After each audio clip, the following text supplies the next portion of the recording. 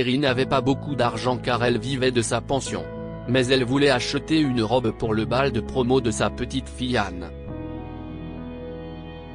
Dans un magasin de luxe, la vendeuse Sandra la salue mais ne peut dissimuler ses préjugés, car Kerry ne ressemble pas à ses clientes habituelles. Elle a chassé Kerry, mais quelqu'un cesse de proposer de l'aider. Grand-mère, je me fiche du bal de promo. Vraiment. Je veux juste rester à la maison et regarder des films avec maman, dit Anne, la petite fille de Kerry, au téléphone. Kerry l'avait appelé pour lui parler de la remise de son diplôme de l'école secondaire Strawberry Creek de Tampa, en Floride, et du bal de fin d'année qui approchait.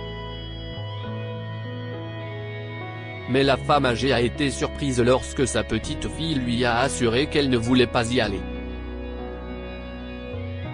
Elle prétendait ne pas se soucier de l'événement, mais Kerry connaissait la vérité.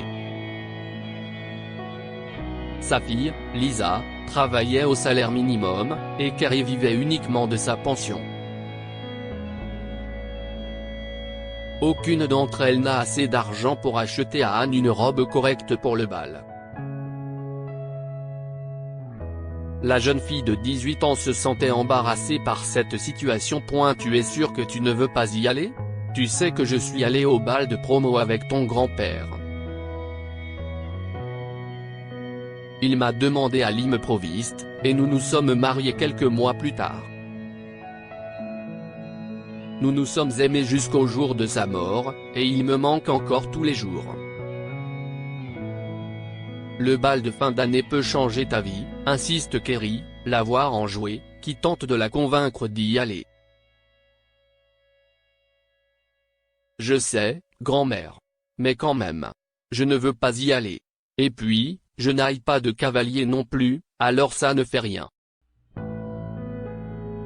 Écoute, je dois aller étudier, j'ai encore quelques examens à passer. On se parle plus tard. Diane et raccroche vite le téléphone. Par conséquent, la femme âgée a pris une décision. Elle économisait chaque mois un peu de sa pension pour couvrir les frais de ses funérailles, afin que Lisa n'ait pas à se soucier de quelque chose de coûteux. Mais il y avait quelque chose de plus urgent en ce moment. Elle voulait acheter une robe pour sa petite fille. Anne le méritait. Si est une enfant brillante qui travaille dur à l'école. Ce n'était pas sa faute s'il vivait dans la pauvreté la plupart du temps, et Kerry la convaincrait d'aller au bal dans une jolie robe. Le lendemain, elle se rend au centre commercial et trouve une belle boutique pleine de robes étonnantes. Elle entre, et ses yeux s'écarquillent devant l'éclat. Que voudrait Anne? Se demande-t-elle, en touchant la robe la plus proche d'elle. Bonjour. Je m'appelle Sandra. Comment puis-je vous aider? Aujourd'hui? Une vendeuse s'est approchée de Kerry, mais elle a trébuché sur ses mots pour une raison quelconque. La femme regarde Kerry de haut en bas et sa bouche se tord étrangement. Salut. Je cherche une robe pour ma petite fille. Son bal de fin d'année arrive bientôt, explique Kerry, souriant à la femme malgré son comportement bizarre. Je suis désolé. Ce n'est pas un magasin de location. Vous devez acheter ces robes en entier, dit Sandra en joignant les mains. Mais Kerry n'avait aucune idée de ce dont elle parlait. Je sais cela. Mais pouvez-vous me montrer certains des modèles les plus populaires? Eh bien, les plus populaires sont assez coûteux. En fait, le magasin entier pourrait ne pas être dans votre budget. Vous pourriez peut-être aller chez Target? Sandra a suggéré, et Kerry a finalement compris l'attitude de la femme. Elle pensait que Kerry ne pouvait rien se permettre et qu'elle ne devrait pas faire ses courses dans ce magasin. Elle a été immédiatement offensée mais n'a pas voulu dire quoi que ce soit et provoquer une scène. Elle continue à marcher dans le magasin, Sandra la suit. Je vais juste jeter un coup d'œil, ok? Kerry a dit, en essayant de faire en sorte que la femme ne soit plus sur son dos. Écoutez, vous pouvez vraiment avoir de belles choses chez Target dans votre budget. Si est tout simplement trop cher, poursuit Sandra en croisant les bras. De plus, nous avons des caméras partout. Vous ne pourrez rien cacher dans votre vieux sac moche. Kerry se retourne enfin pour faire face à la vendeuse impolie, et ses yeux s'écarquillent. Sandra lui a adressé un sourire en coin, la mettant au défi de faire quelque chose. Mais elle n'a jamais été du genre à se confronter, alors elle s'est précipitée hors du magasin, honteuse, et des larmes ont coulé sur son visage. Elle était juste à l'extérieur du centre commercial quand elle a fait tomber son sac par accident, et pour une raison quelconque, cela l'a fait craquer encore plus. Après avoir été humiliée par la femme, elle a pleuré abondamment, mais quelque chose a touché son épaule. « Madame. Est-ce que vous allez bien? Je peux vous aider ?» a demandé une voix masculine, et Kerry a levé la tête pour fixer un jeune policier, qui a essayé de la faire se tenir droite. Il s'est penché pour ramasser son sac à main et lui a adressé un sourire éblouissant. « Oh, merci, officier », a dit Kerry en attrapant le sac et en se calmant.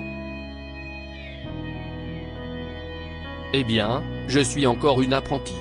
Je n'ai que 20 ans, mais je serai bientôt un officier officiel », a répondu le jeune homme avec humour. « Pouvez-vous me dire ce qui s'est passé? Eh bien, si est un peu bête », a commencé la femme plus âgée. Quelque chose dans son visage lui donnait envie d'en parler. Il fronçait les sourcils lorsqu'elle a terminé. Si est grotesque. Comment un vendeur peut-il vous traiter de la sorte? Dit-il. Quel est votre nom, jeune homme? Georges Martin, répondit-il en regardant vers les portes du centre commercial. Écoutez, mon mentor est venu ici pour prendre un café. Mais nous avons le temps de choisir une robe. Allons-y. Kerry a voulu refuser, mais Georges l'a entraîné vers la boutique de luxe. Sandra l'a immédiatement repéré. Je croyais vous avoir dit de partir. Oh, officier. Qu'est-ce ce qui se passe? Sandra a demandé, changeant de discours dès qu'elle a vu le flic avec Kerry.